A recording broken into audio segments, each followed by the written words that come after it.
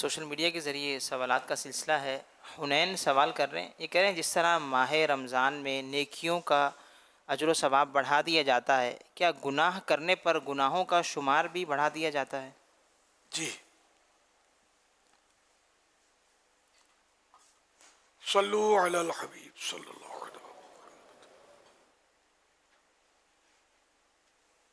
میرا نام احمد جواد ہے، میں اٹک شہر سے بات کر رہا ہوں۔ محترم، میں نے آپ سے سوال کرنا ہے کہ جب ہم لوگ انتقال کر جائیں گے تو اس جہاں میں ہم اپنے بہن بھائیوں کو، اپنے والدین کو، اپنے عزیز و اقارب کو پہچانیں گے؟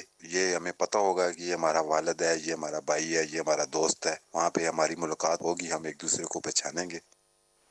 پہچاننے کا تو قبر میں بھی جائیں گے تو جب جو بھی آئے گا اس کو پہچانیں گے، اور یہاں تک کہ اپنے کوئی جس سے محبت ہوگی وہ آئے گا تو وہ چاہیں گے کہ یہ زیادہ دیر رک کے یہیں رکے، اس سے اس کو انس ہوگا، مطلب سکون ملے گا۔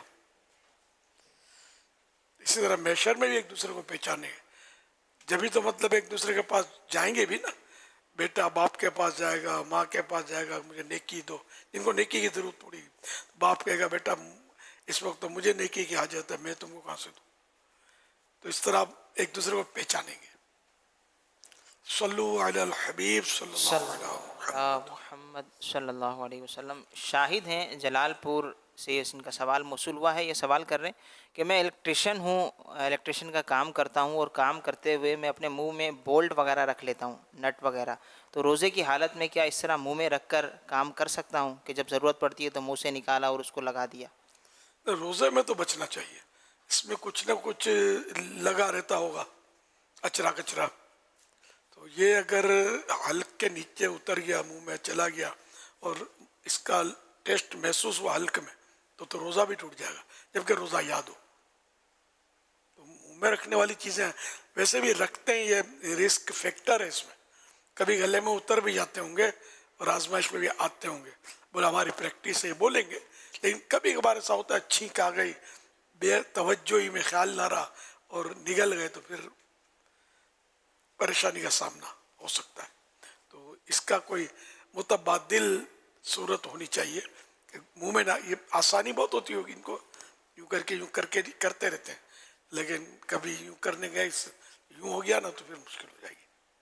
جیسے ہمارے یہاں بچیاں پنے رکھتی ہیں، نوکدار پنے، یہ پہلے وہ اس کے بکا لاتے تھے، اب وہ رخصت ہو گئے، اب یہ پنے آتی ہے، بالکل نوکدار پنے ہوتی، خطرناک ہوتی ہیں، یہ رکھتی ہیں اور منہ میں بھی ڈالتی ہیں۔ بچے تو بچے ہوتے ہیں اور نگل بھی لیتے ہیں، دعاؤں کے لیے کبھی کبھی آتے ہیں، ہماری بچی یا بچہ یہ نگل گیا ہے، تو اب یہ چل پڑا ہے، تو کیا کیا جائے، اس کو کس سے اس کا خود سمجھنا چاہیے، ماؤں کو سمجھنا چاہیے کہ اتنا رسک کیوں لیتے ہیں بچوں کو۔ اس کا کوئی، اس کی بھی متبادل صورتیں، اگر ہم یہ چیزیں استعمال کرنا چھوڑ دیں گے نا تو بیچنے والے بیچنا چھوڑ دیں گے، ہم خریدیں گے تو یہ بیچیں گے، ہم جو بھی زہر کھائیں گے تو زہر بھی بیچیں گے، ہم کو دیں گے، تم کل مرتے ہو آج مر جاؤ، میری بکری ہونی چاہیے۔ زہر بکتے ہی ہیں نا، آخر لوگ لاتے ہی ہیں نا، مرتے ہی ہیں نا، خودکشیاں کرتے، کہیں سے تو ملتا ہوا نا ان کو، تو اس لیے بہرحال لے کے اپنا خیال رکھنا چاہیے۔ ایس ایم ایس کے ذریعے سوال کر رہے ہیں، یہ کہہ رہے ہیں کہ میری نانی کی عمر 70 سال سے زیادہ ہے اور ان کے الٹے طرف فالج ہوا ہے، تو کیا وہ روزہ رکھیں گی یا ان کو روزہ معاف ہے؟ روزہ اس میں معاف، بیماری یا فالج کی وجہ سے معاف تو کسی صورت میں بھی روزہ نہیں ہے، اس کی پھر صورت ہے کفارے کی۔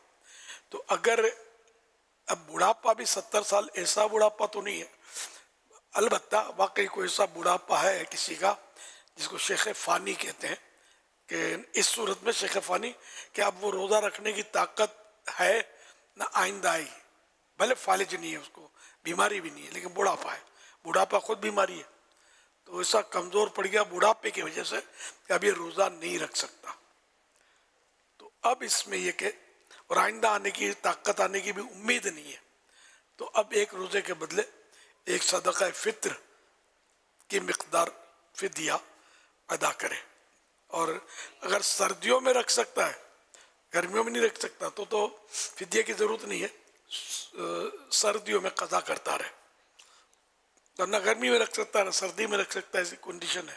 تو اب یہ کہ صدقہ فطر کی مقدار دے دے, فدیہ ایک روزے کے بدلے ایک صدقہ فطر سمجھو دے دے, اور پھر بعد میں طاقت آ جائے اتفاق سے تو یہ سارے جو فدیے دیے تھے یہ نفل ہو گئے اور روزے رکھنے ہوں گے, قضا کرنے ہوں گے.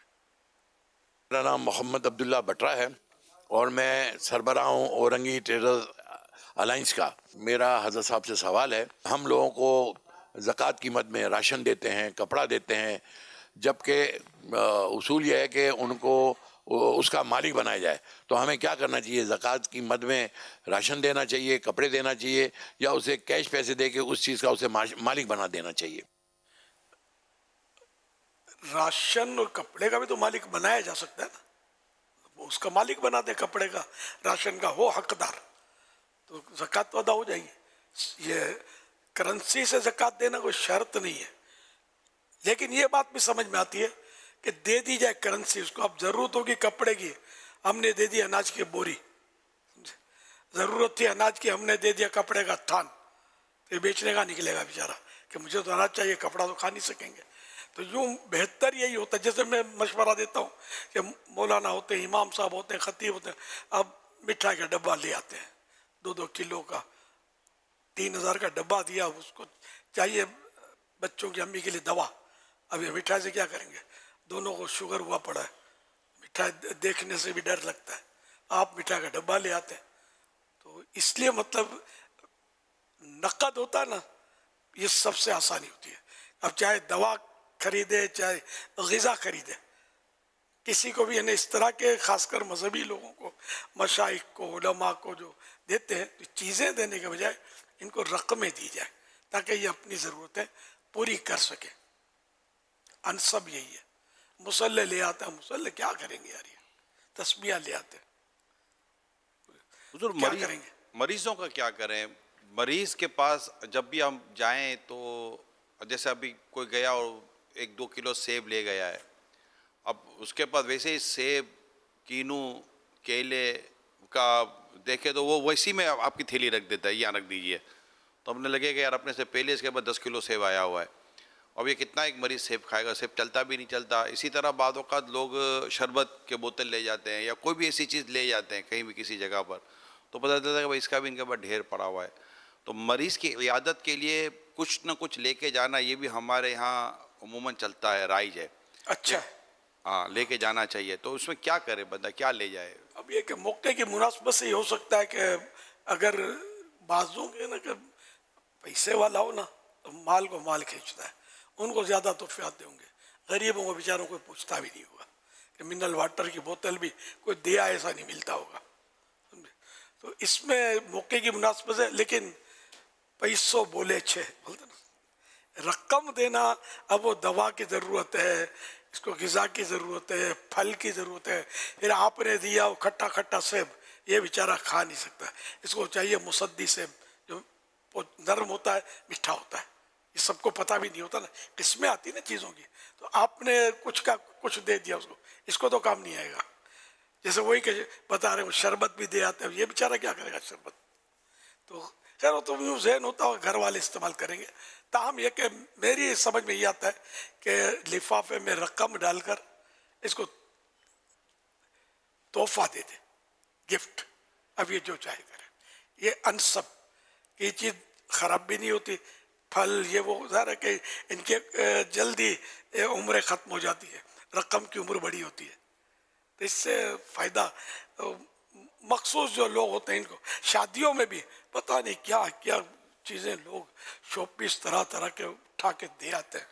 یار بیچارے نے قرضہ لے کر یار ہال بک کرایا تھا, کھانا تو بھی باقی ہے, اب اس کو یہ چیزیں جو اٹھا کر دے آتے ہیں, بڑے بڑے گلدستے بغیر خوشبو کے, بیچارہ کیا کرے گا یار. یہ رقم دو نا, اس کو رقم بھی شادی میں دینے کا عرف ہے, لفافے میں ڈالتے, لفافے میں ڈال کے دو یار, بیچارہ قرضہ اتارے گا, اس میں خرچہ پورا کرے گا.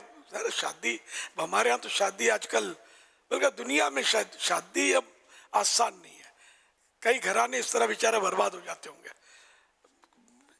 بچیاں کہلانے والی بوڑھیاں ہو جاتی ہیں, جس کو موبائل کا کرے تو نہیں ہوتے, اتنے پیسے نہیں ہوتے شادیاں کرے, گھر نہیں ہوتے, لڑکوں کے پاس گھر اس کے پاس اس پر واجب ہے کہ مطلب یعنی کہ نان نفقہ گھر دے, گھر ہو اس کے پاس. اب اکٹھا ہو یا باہر کا ہو جو بھی ہو, بعضوں کی گنجائش ہی نہیں ہوتی کہ ساتھ رکھیں تو باہر گھر چاہیے. اب تنخواہ اتنی ہے کرایہ سے لیں تو کرایہ کیسے بھریں اس کا, تو مطلب بہت مسائل ہوتے ہیں. تو آپ نے اگر 200-500 دینے اس سے ان کا کوئی کام نہیں چل جائے گا, لیکن نہ ہونے سے ہونا کہ سب اگر یہ رقمیں دیں نا دولہے کو تو قطرہ قطرہ دریا بنتا ہے کہ کچھ نہ کچھ اس کے پاس رقم اکٹھی ہو جائے گی جو اس کو کام آئے گی. یہ مشورے ہیں میرے, باقی ہونا وہی ہے جو ہو رہا ہے. بغیر خوشبو کے پھول بھی تو دے ہی رہے نا طرح طرح کے جو کسی یعنی کام نہیں آتے. چلو خوشبو دینا پھول تو کام کا ہے, کسی حد تک کام کا, چلو بھی خوشبو دے گا اگرچہ یہ بھی مرجھا جائے گا, لیکن خوشبو کا ایک نفع تو وہ, اب تو بالکل آرٹیفیشل یہ پھول بنتے جن میں خوشبو ہی نہیں ہوتی, ان کے گلدستے بنتے ہیں. ہزار روپے اتنے بڑے بڑے گلدستے اٹھا کے مطلب دے آتے ہیں. آگے کرے گا کیا بیچارہ, لوگوں میں اتنی سمجھ نہیں ہے کہ کیا کرنا چاہیے. ان کو بھی گلدستے آتے ہوتے, اس طرح کی چیزیں آتی ہوتی ہیں, تو یہ دوسروں کو مطلب یا تو دوسروں کو چلو اپنے پاس آئی تھی دے آیا وہ بھی ٹھیک ہے, خرید کے دے آیا نا اس کے بدلے وہ خریدنے کے بجائے اسی کو دے دیتے رقم. گلدستے کا تو حضور کہیں اور لے کے کسی اور کو دینا بہت مشکل ہو جاتا ہے کہ اس کی اتنی عمریں بعض اوقات رہتی نہیں مرجھا ہے. جاتا ہے. شو پیس کا ہوتا ہے. ابھی شو پیس میں اگر ایک مشورہ دے رہا ہوں, اگر آپ کو ایک شو پیس دینا ہے نا تو شو پیس کا ایک جو کارٹن ہوتا ہے جس کے اندر کوئی بھی ڈیکوریشن پیس ہوتا ہے اس کا ایک اوپر سے ایک کارٹن بنا ہوا ہوتا ہے, ڈبہ بنا ہوا ہوتا ہے. آپ اس ڈبے کے اوپر لکھ دیتے ہیں فلاں کی طرف سے فلاں کے لیے. حالانکہ وہ ڈبے پر آپ لکھ دیں گے تو وہ بیچارہ گیا, آپ گفٹ پیپر جو دیتے ہیں نا اس کے اوپر لکھ دے فلاں کی طرف سے فلاں کے لیے, کیونکہ جب یہ کھولے گا ڈبہ نکلے گا تو ڈبے کے اوپر اپنا گفٹ پیپر چڑھا کر یہ بھی کسی کو دے دے گا فلاں کی طرف سے فلاں کے لیے. تو آپ وہ بیچارہ ڈیکوریشن پیس بھی یا جو بھی شو پیس آپ دیتے ہیں نا وہ اس کو آگے کیونکہ وہ ایسے 10 شو پیس اس کو آئے ہیں گھر کے اندر. اب وہ واس کتنے بیچارہ واس رکھے گا, کتنی یہ مطلب کہ باسکٹیں رکھے گا, کیا کرے گا, وہ کہاں رکھے گا کہاں, اس کے بعد اتنی جگہ بھی نہیں ہے. تو یہ عموماً کیا ہوتا ہے کہ اس طرح کے جو گفٹ گھر پر آتے ہیں نا وہ کہیں نہ کہیں ہمیں دینے ہوتے ہیں, یعنی وہ کہیں اور سمجھے کہ وہ ایک سے دوسرے گھر میں پاس ہوتا رہتا ہے. اب یہ نہیں پتہ کہ اسی گھر میں پہنچ جائے, کیا پتہ کہ جہاں سے چلا تھا وہیں پہنچ گیا ہے. تو آپ ڈبے پر مہربانی کر کے نہ لکھا کریں, آپ گفٹ پیپر کے اوپر یا جو بھی آپ لگیں اس کے اوپر ایک کارڈ لگا دیں کہ بھائی اس کی طرف سے یہ ہے, تاکہ اس کو اگر کہیں اور آپ اگر اپنا یہ گفٹ آپ تو اس کو مل کر چکے نا, اب اس کو کہیں اور دینا ہے تو یہ اس کے اوپر بھی اپنا پرچی لگا کر دے دے. تو بعض لوگ تو لفافے پر بھی نہیں لکھتے, یہ بعضوں کا قیمتی لفافہ بھی 50 مہنگے لفافے آتے آج کل, جو مطلب جس میں 5000 کی نوٹ ڈالنی ہے تو لفافہ بھی وہ مطلب صاف ہلکا نہیں ہوتا, یوں لفافے کی بھی قیمت ہوتی ہے. اب مہنگے لفافے ملتے ہیں بالکل خوبصورت سے واجبی قسم کے, تو اب اس کے اوپر بھی لوگ نہ لکھا کرے تو بہتر ہے, تاکہ یہ لفافہ بھی پھر کیا وہ کسی کے کام نہیں آئے گا. تو لفافہ کسی کے کام آ جائے گا تو اس کے اندر پرچی ڈال دیں کہ لفافہ کھلے تو پیسے کے ساتھ پرچی بھی نکلے تو پتہ چل جائے بھائی کس کی طرف سے ہے. تو چیزوں کو آگے استعمال کے قابل رکھنے کے لیے میں یہ مشورہ دے رہا ہوں. باقی جیسی اب وہ پتہ چلنا چاہیے کس نے دیا ہے, تو وہ متبادل صورت ہے کہ اس میں پرچی ڈال دی جائے. جی ہاں. محمد اقبال اتاری ہے. میرا سوال ہے امیر اہل سنت سے کہ زکوٰۃ جو ہم نکالتے ہیں, زکوٰۃ کے جو پورا سال گزر جاتا ہے تو اسی دن حساب کتاب ہوگا یا پہلے سے ہم حساب کتاب کر کے رکھ لیں, یا اسی دن جو مارکیٹ کا ریٹ وغیرہ ہوگا گولڈ کا جو ریٹ ہوتا ہے تو اسی دن نکالیں گے, حساب کریں گے یا پہلے سے کر لیں گے؟ کاؤنٹنگ تو سر آدمی پہلے سے کر رکھتا ہے, لیکن زکوٰۃ جس دن دیں گے نا اس دن جو ریٹ ہو ہے نا اسی دن کا ریٹ مانا جائے گا نا, اسی دن کا جو ریٹ ہے اس کے حساب سے 2.5%. اب گولڈ سے ہی ریٹ لگانے کی ضرورت تو نہیں ہے نا, اپنے پاس جو رقم ہے 52.5 تولہ چاندی سے بھی وہ لگ سکتی ہے, حساب لگ سکتا ہے. جو کچھ بھی ہے سب کو مشترکہ جمع کر کے اس کا بس حساب لگانا ہے کہ اس کا 2.5% کو دینا ہے. جی جی. اور پھر آخری دن دیکھ لیں کہ کچھ اضافہ ہوا ہے تو اس کو اس کے اندر شامل کر دیں.